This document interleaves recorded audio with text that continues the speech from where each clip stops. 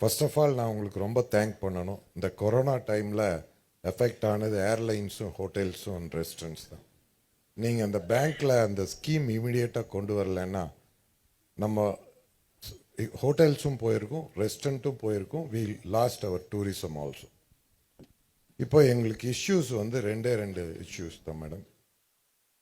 ஒரு 6 வருஷத்துக்கு 10 வருஷத்துக்கு முந்தையெல்லாம் பேங்க்குக்கு ஒரு லோனுக்கு போகணுன்னா ஃபஸ்ட்டு ஒரு மேனேஜரை போய் பார்க்கணும். நாங்களே ஒரு பெட்டிஷன் அப்ளிகேஷன் எல்லாம் கொடுக்கணும். ஒரு 2 மாதம் நடக்கணும். அப்புறம் 2 மாதம் கழித்து அவர் ஏஜிஎம்மை பார்க்க சொல்லுவார். அப்புறம் ஏஜிஎம்மை ஒரு மாதம் நடந்தால் அப்புறம் டிஜிஎம்மை பார்க்க சொல்லுவார். அப்புறம் 3 மாதம் கழித்து ஒரு 300% கொலாட்டில் எடுத்துகிட்டு வாங்கன்னு சொல்லுவார். ஆனால் இன்றைக்கி எங்களை பேங்க்காரங்க துரத்துறாங்க. நாங்கள் பேங்க்குக்கு போய் 6-7 வருஷம் ஆச்சு. ஏன்னா அவ்வளோ சர்வீஸ் கொடுக்குறாங்க.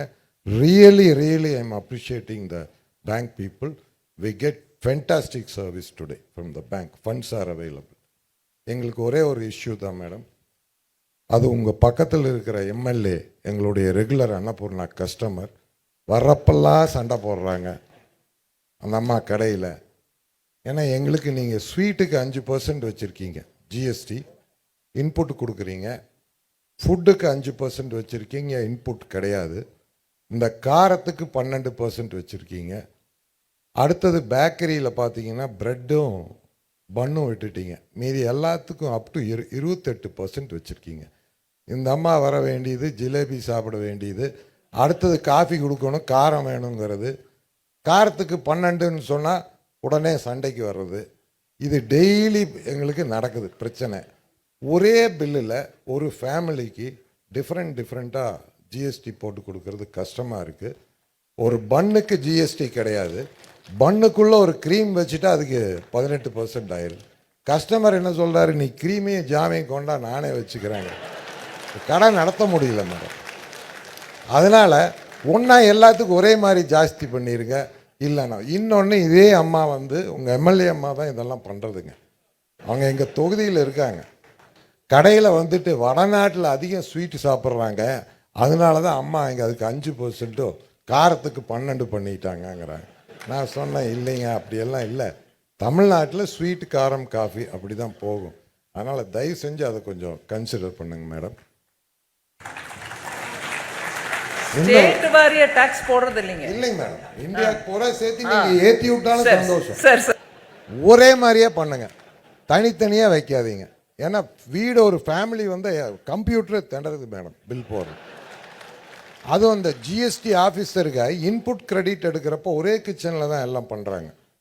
இன்புட் எடுக்கிறப்போ அதே கேஸு, அதே ஸ்வீட் மாஸ்டர், அதே கடலை மாவு, அதே மைதா மாவு, இன்புட் எப்படி மேடம் எடுக்க முடியும்? அதில் ஆஃபீஸர்ஸ் திணறிடுறாங்க. ஸோ அவங்களுக்கும் ஹெல்ப் பண்ணணும் நம்ம. சார் இன்னொரு விஷயம், ஹோட்டல்ஸ் மேடம் ஆல்ரெடி சொல்லிட்டேன், இருந்தாலும் சொல்கிறேன். ஒரே ஒரு நாள் மேடம் 7500 ரூபா ஹோட்டல் ரூமில் பில்லு போட்டுட்டோன்னா உடனே 5-18% ஆகிடுது மேடம் ரெஸ்டாரண்ட்டில். இப்போ ஹோட்டலுக்குன்னு மெனு கார்டெல்லாம் டேரிஃப் கார்டு யாரும் அடிக்கிறது இல்லை. மேக் மை ட்ரிப்பு தான் அதை நிர்ணயம் பண்ணுறாங்க ஹோட்டல் ரூமு. வருஷத்தில் பார்த்தீங்கன்னா ஏதோ ஒரு அன்னைக்கு சீசன் இருக்கும். திருச்செந்தூரில் சூரசம்மாரம் ஒரு ரூமில் 10 பேர் படுத்துக்கிறாங்க. ஸோ அப்போ வந்து ஒரு 7500 ரூபா போடுறாங்க. இல்லை ஒரு ஹோட்டலில் எக்ஸ்ட்ரா பெட்டு போட்டால் 1000 ரூபா போடுறாங்க. அதுக்குன்னு ஸ்டார் கேட்டகரி இருக்குது மேடம். அந்தந்த ஸ்டாருக்கு தகுந்த மாதிரி டேக்ஸ் இருக்கட்டும். ஒரே ஒரு நாள் 7500 ரூபா போட்டதுக்கு வருஷம் பூராத்துக்கு 18% அந்த ரெஸ்டாரண்ட்டுக்கு போடுறாங்க. அது நியாயமான ஒரு விஷயம் இல்லை மேடம். டெஃபினட்டாக ஒரு மாலில் யாரோ ஹோட்டல் நடத்துகிறாங்க மேடம். அந்த மால்கார் கீழே வைக்கிற எல்லா ஃபுட் அவுட்லெட்டுக்கும் 18% ஜிஎஸ்டி வருது. ஏன்னா அவங்க ரெண்ட்டுக்கு எடுத்து யாரோ நடத்துகிறாங்க, ஹோட்டல் யாருதோ. அதை கொஞ்சம் நீங்கள் கன்சிடர் பண்ணுறேன் மேடம். பாதகம் செய்பவரை கண்டால் நாம் பயங்கொள்ளலாகாது பாப்பா. மோதி மிதித்து விடு பாப்பா, அவர் முகத்தில் உமிழ்ந்து விடு பாப்பா. அண்மை செய்திகளை உடனுக்குடன் தெரிந்து கொள்ள இணைந்திருங்கள் இயம்நாடு தொலைக்காட்சியுடன்.